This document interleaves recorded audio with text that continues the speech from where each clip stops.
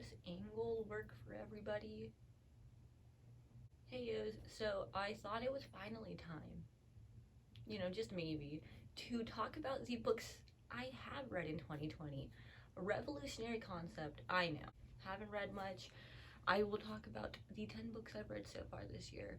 I'm actually very happy that it ended on a nice number, because I'm probably gonna just do this like every trimester, so every 4 months. But reading's been very bad these past couple years. I don't read much anymore. I mean, I read, but not at the same level that I used to. Started out rough. You'd think I'd be reading more because of quarantine, but I'm not. I'm reading the same. So I just thought it was time to talk about the books that I have so far read this year. There's 10, like I said, and let's get started. I don't have my Goodreads or anything, and some of these I read forever ago, so I might not remember exactly what I rated them or reviewed them on my Goodreads, but the thing is, if it's different than it was then this is the true one, obviously, because it's in the moment, and this is how I actually feel now.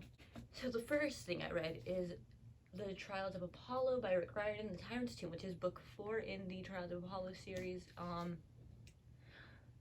Do I have much to say about this? I love Rick Riordan like any other basic bitch. I really like this series. I have mentioned my thing with this series, how I'm so sad that this is the one that got 5 and Magnus Chase only got 3. Just saying. I enjoyed this. I like Apollo as a character. We got to see some of the older people, the Romans. We saw the Romans in here. This started out talking about a character death that happened in the last book, and it's a character we all hate. I'm not gonna spoil anything, but I completely forgot he died, and I was like, oh shit, dude. But like, whatever. I don't remember what I rated this. It was good.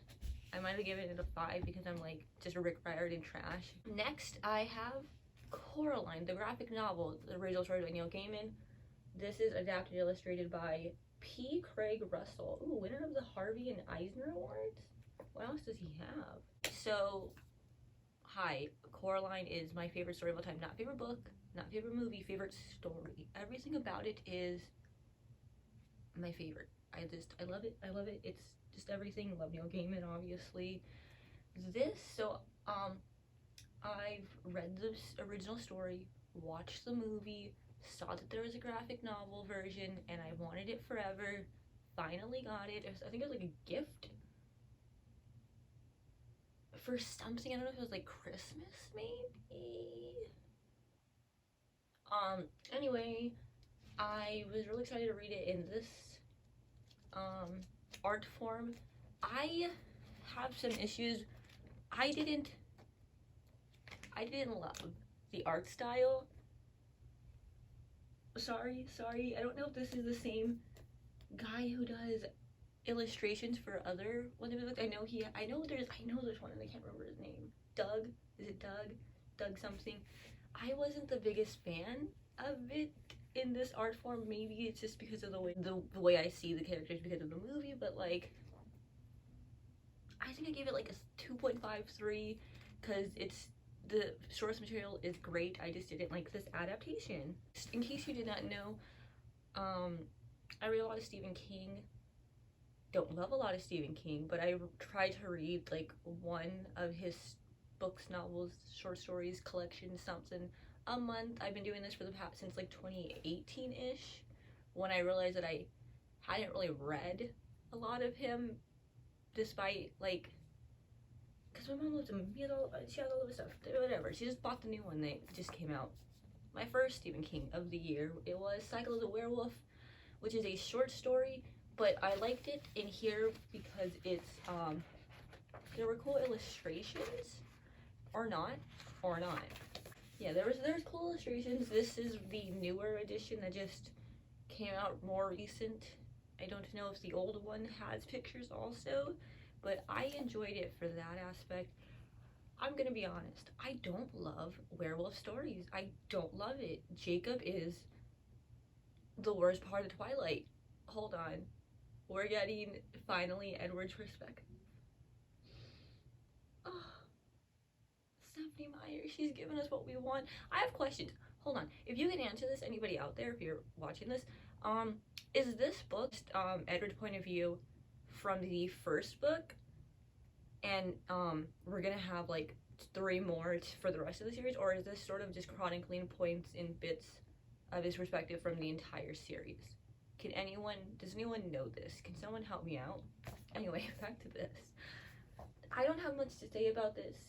Someone gets turned, was it the boy?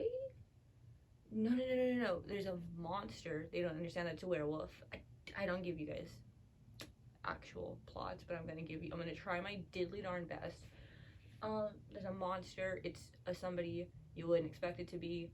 A little boy sort of finds out, tries to kill him. The little boy's in a wheelchair. I have seen the movie. The movie is called Silver Bullet, I think, and I only saw it because Corey Haim is the little boy in it, and Corey Haim. But didn't love this. Maybe 2 stars. It just was whatever. Next is another Stephen King, and that is Firestarter.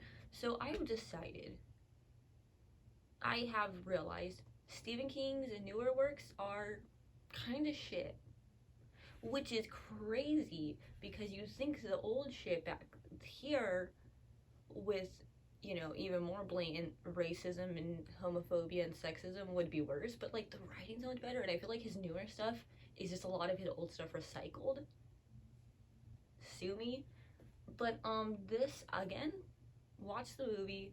This is the one with Drew Barrymore, I believe, playing the main little girl. Correct me if I'm wrong.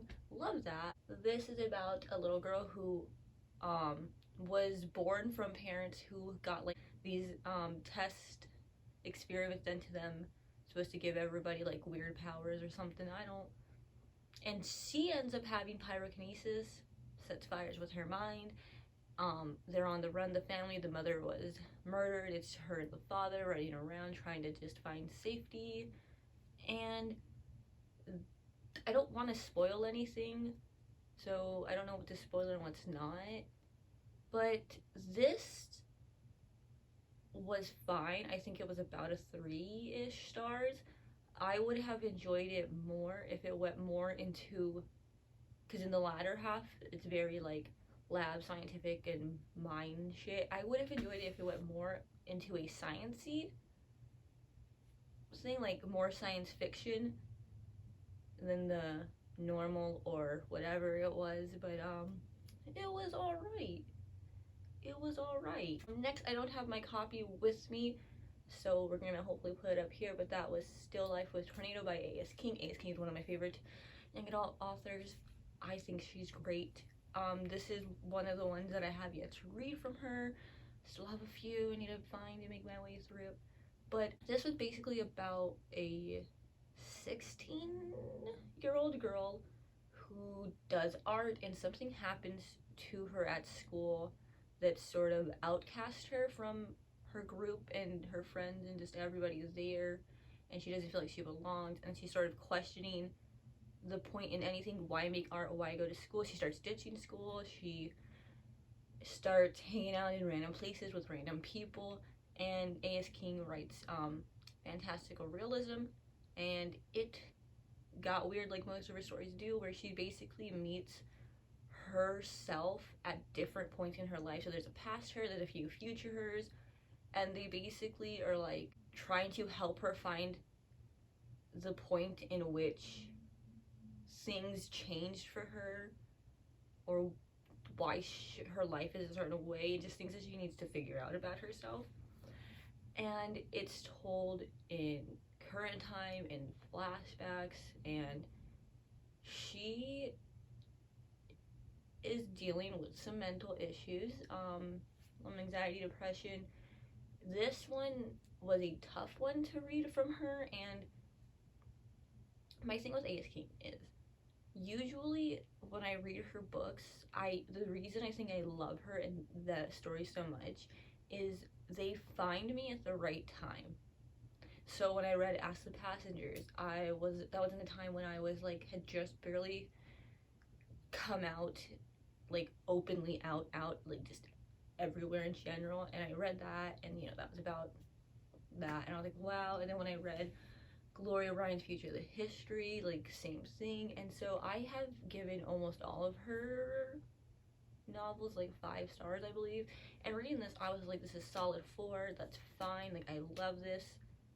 And then it got to a point where it started talking about the heavier and darker stuff, and I just related so hard to so many things that I just couldn't not give it that 5 stars. I was like, this is hitting too close to home. I had to like shut it, put it away.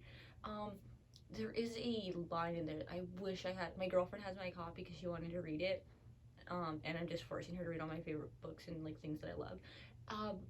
God damn it, I wish I had taken a picture of it or something. Like, I know having a mental illness is just the same as having a broken bone, so I shouldn't feel ashamed of it or something like that. Like, she's like, I wouldn't be ashamed of a broken arm, so why am I ashamed to have a broken brain when it's like the same thing? And I was just like, you get it. A.S. King, you get it. That was a difficult read. There's some domestic abuse, some other stuff, but I really, really, really, really, really loved it. I love A.S. King. Next, we have the 3rd Stephen King that I read, and this is The Dead Zone.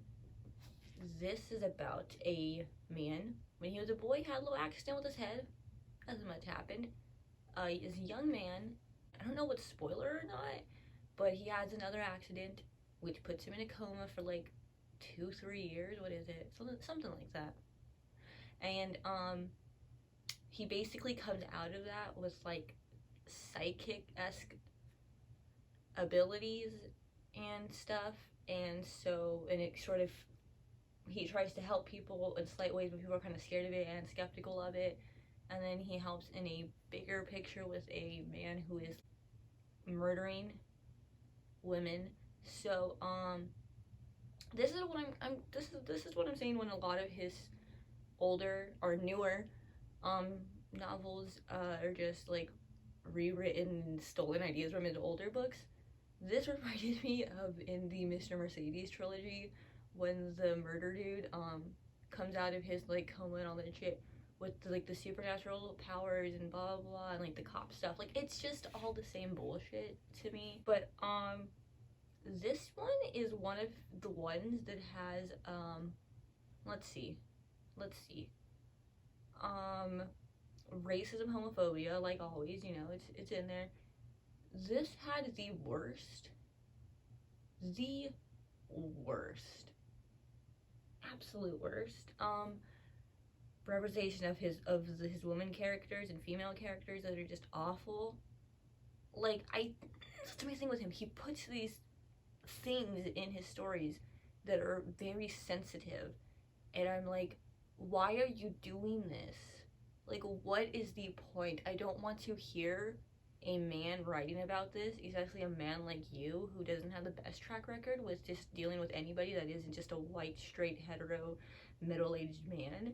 So there's a lot of violence against women, especially very, very young women, children, that is very hard to read. Even if it doesn't go into gruesome detail, it's just like makes me sick to my stomach. But that happens, I understand. It's, people are sick and twisted, but just when Stephen King writes about shit like that, it doesn't sit well with me. I'd prefer him to not murder a man. Murder your men, maybe.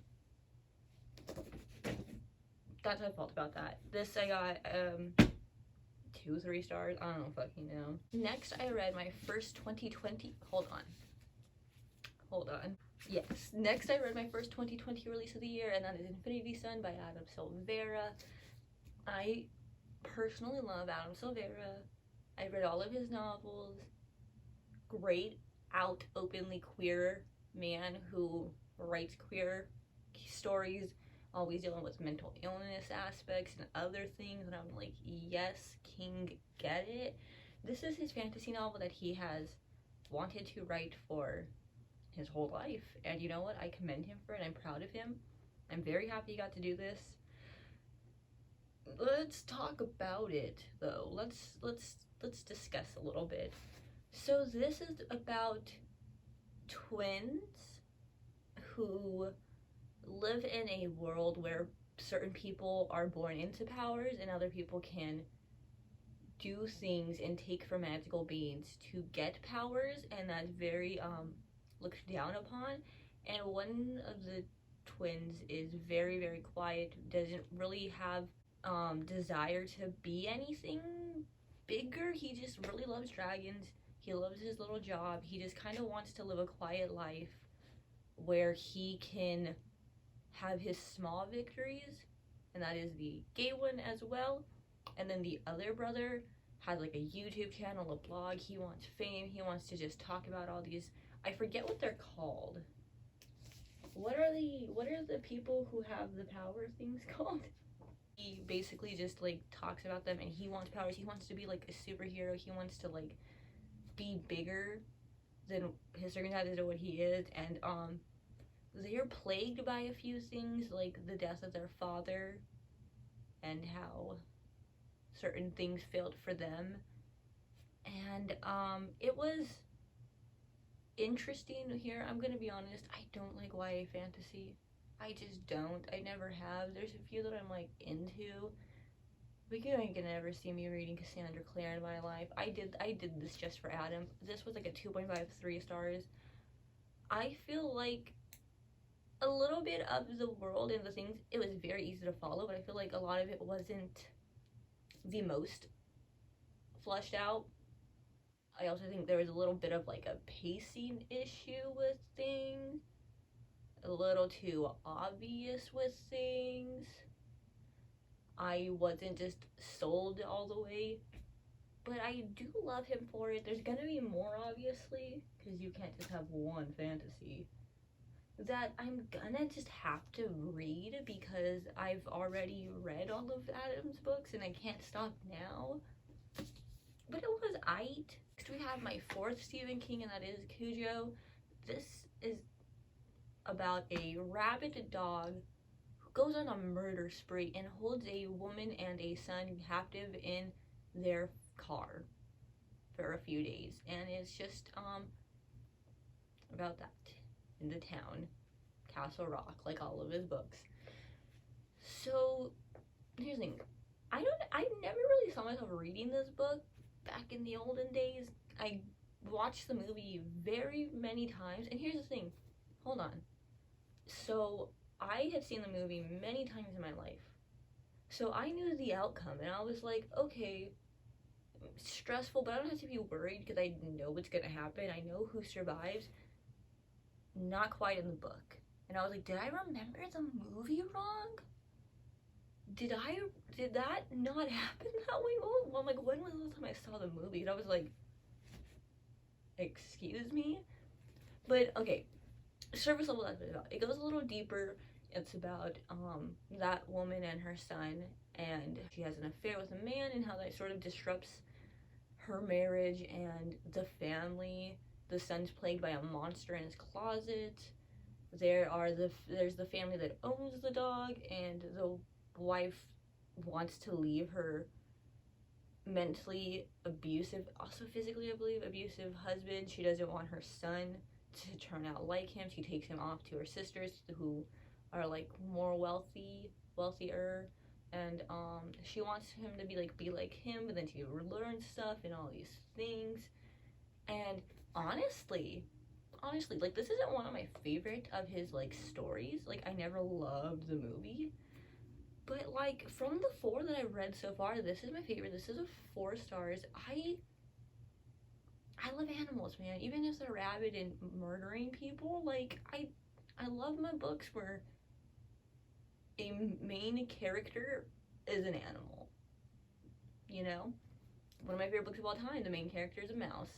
So I really actually enjoyed it, and I loved, because it takes a while to get to the point where the dog is rabid, and like it feels like it drags a little bit later on where the stakes are higher, which is where you'd think it'd be like do do do do do, and you'd like whatever. But I loved everything else that was going on too. I actually enjoyed these characters a little bit. You know, they're very flawed, but like it wasn't bad. Stephen King, you did it. Keep writing about dogs, maybe. Next, I have a nonfiction book, and that is Jane Barrie, The Lost Boys, The Real Story Behind Peter Pan by Andrew Birkin. This is one of the Jane Barrie biographies that Kate had sent me for Christmas that she was supposed to read for her independent study, grad study, everything that she's doing. This is the one that I picked up first and finally finished.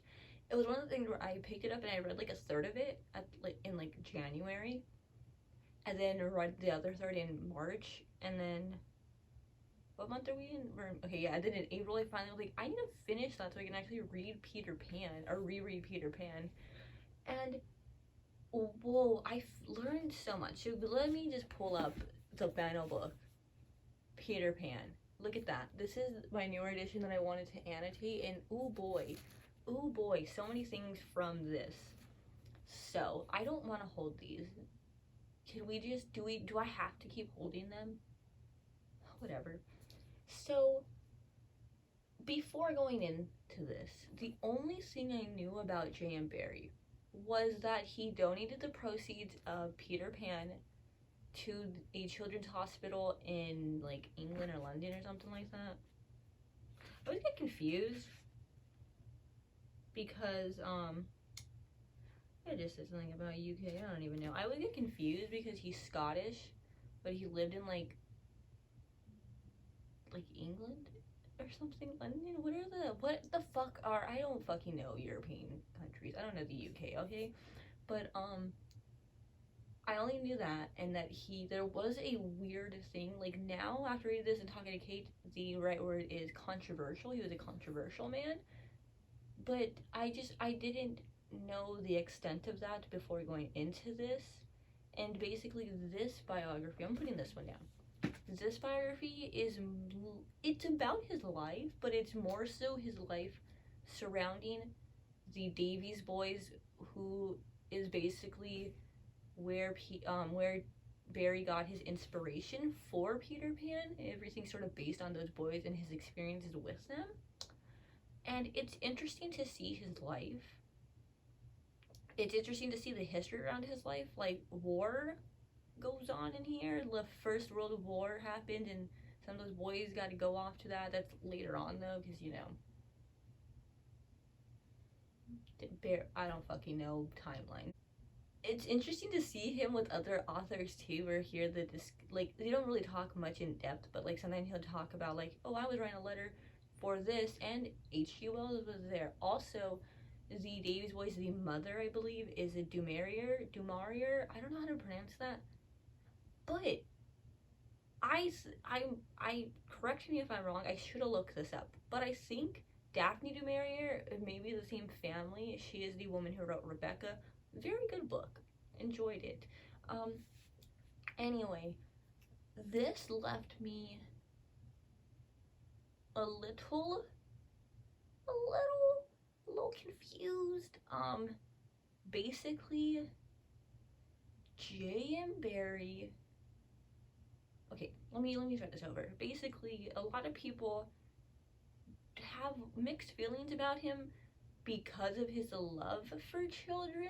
And don't get me wrong, I personally love children so much. My younger siblings are my favorite beings. I want to be like an elementary school teacher. Sometimes I'll see a child in public, mostly a baby, and I'll just start crying because I'm like, they're so cute.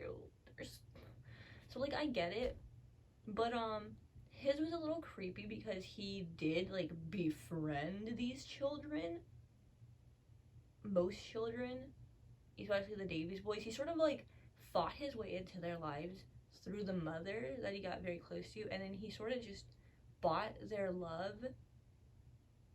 And the husband didn't like him that much, until he was dying, and then he was able to pay for everything, and he sort of knew he was going to take care of his family, so he was like chill with it. But like what got me was when the mom is dying, the mother of the Davies boys, he literally changes her will after she dies so that he gets custody of the children and he's like their guardian. And his relationship with each of the boys is a little different. Like some of them admire him so much, some of them are like BFFs with him, and one of them really doesn't like him that much, which I understand. And it's a little upsetting to see the way he talks about some of them and with them. Like there is a line when he's saying like, because you don't know, that's the thing, there's so much mystery around this, and a lot of his original documents and like letters to some of these boys are like gone, and like one of the brothers destroyed a lot of letters between him and one of his brothers, because he just was like, I didn't sit well with him. But so that's the thing though, we don't know, it's the fact that you don't know the extent of these relationships and feelings, because sometimes it seems so like fatherly, but other times he's like literally like he wants to be like a confidant, he wants to be like best friends with these boys, but it's weird. And some of the things he says to them, like one of them, he's all like, if only you were a girl of 21 instead of a boy of 21, and then I could say these things to you. And so that's like, okay, is that a men can't talk about feelings and be like vulnerable with each other, B, because homophobia and shit, and like if you were a girl I could totally be flirting and hitting on you and blah blah. Like there was just a lot of, you know, clouded areas, gray areas, and it's like, did he know what he was doing? And were these children groomed to love him and look up to him? Did he buy their love, or did he genuinely just have such an important part in their life, just being there and like telling them these stories and like being like a friend, uncle? Like it's just so much around it that we're never gonna know. And I feel like so many people were talking about how this like ruined Peter Pan for them. So now we're gonna talk about Peter Pan, I guess, which that can never happen to me. I've loved this story long before I knew anything about anybody. This is my childhood, so this can't be ruined for me. But it was interesting rereading it now, because some of the things that I learned was that since Jan Barry loved a woman, he like his mother, he was like obsessed with her. He thought she fucking walked on water, was obsessed with the Davies mom. Like he just thought women were the best. So like he wanted Peter to be played by a woman in the stage plays, like because it was originally a play. He wanted in every single run of it played by a woman. He also wanted the same for Hook, and I'm like, that's so interesting. And why is this? Like, what was the thought process behind it? Like, did he just think women were better actors? Did he think that these characters had a bit of femininity in them that could only be shown through actual women, like actresses? Like what was it? Was it just this whole like women are superior, they're bad? Like what was it, you know? But I love this. So going into this, I just saw so many like parallels within his own life and the story, and it was just really cool. My favorite thing that I told Kate about was their nurse, and the Darling's nurse is a dog, and so it's a Saint Bernard, right? And so Jane Barry did have one. He loved it. He loves dogs. So you would think that that's why he put a dog in the story, just because he loves them. He thinks dogs are the best. But I took that as because in the beginning, Mr. Darling is like talking so much shit about Nana, and he's all like, "You suck. Dogs are the worst. This is so embarrassing. I hate you. Fuck you." And I was like, wait. Is Nana like the Davies real life nanny or nurse who was this lady Mary Hodgins, and they did not get along. They did not like each other. She knew that there was something up with him, and then coming into these boys' lives, she did not like him. She hated him. She knew something was weird when he took guardianship, and she always wanted to leave, but the boys just kept her in, but she just hated him. And I was like, oh my god, was he doing that as like a fuck you to her and like calling her a bitch? Because like that's kind of hilarious in a way. It's just funny. And like there's other lines where it's like Nana thought she was the only one who could take care of children, and I'm like, that's how she felt about the boys. Anyway, rereading this, it was like crazy to me to see like just little things, and like it's just like it's such a weird story. Like whenever I read it, like I just like it's just so dark and complex, but it's just so fucking weird. There's so many things in here that I'm like, where did that come from? Like what was going through your brain when you did this? And it's interesting now to know that like he went like this started a play, so he rewrote that play and changed scenes and added scenes and took out scenes a lot. So to like make it into a novel, the amount of like things that have just changed, like I would give anything to go back to the Victorian era and watch an original just like run through of the play. Oh my god, because I'm like, it's probably so different. It's just like very interesting, and it's J.M. Barrie felt about youth, like he idolized it, he wanted to be young forever, and it was like this crazy thing, and like that was his obsession with children.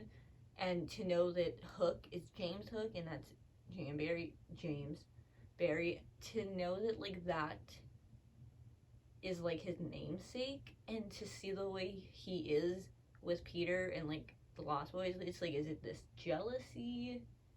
Is this him trying to take away the youth because his youth was taken away? It's just like so much more. It's such a complex story. I'm so happy and grateful Kate sent me these biographies so I could like just get deeper and closer to the heart of the story. Anyway, that's the 10 books I've read so far in this year. I'll probably do this every 4 months, like I said, unless I just somehow start reading like a million books a month, and then to do this, like more regularly, so I don't sound like an idiot and forget half the shit and ratings of the books and things. But cool, thanks for watching this, I guess. I don't fucking know. Tell me what you thought of any of these books, if you've read them. Tell me what you're reading, what you have read. How's quarantine, guys? Has everybody else lost their fucking minds like I have? I never had it to begin with. So let's go, guys. Peace out.